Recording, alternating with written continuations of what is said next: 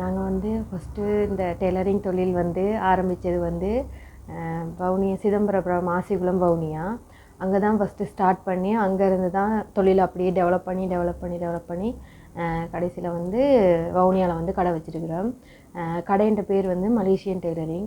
அப்பா இருந்தவர் மலேசியா, அதனால் அங்கத்திய டிசைன்களை வந்து இங்கே வந்து தைக்கிறனால நாங்கள் வந்து மலேசியன் டெய்லரிங்னு சொல்லி பேர் வச்சுனாங்க. எங்களோட கடை எவ்வளத்துக்கிட்ட இருக்குன்ட்டு பார்த்தீங்கன்னா குருமங்காட்டில் விசாகாவுக்கு பக்கத்தில் மேலே ஃபர்ஸ்ட் ஃப்ளோரில் இருக்குது எங்களோட கடை. நாங்கள் வந்து 3 மாதம் டெய்லரிங் கோர்ஸும் படிப்பிக்கிறோம். சர்டிஃபிகேட் ப்ரொவைட் பண்ணுறோம். ஆர்டர்ஸ்களும் எடுத்து தைக்கிறோம். இப்போ வந்து சாரி ப்ளவுஸ், பஞ்சாபி ஷூட், பட்டு பாவாடை, லெஹெங்கா எல்லாமே எடுத்து தைச்சி கொண்டு இருக்கிறோம்.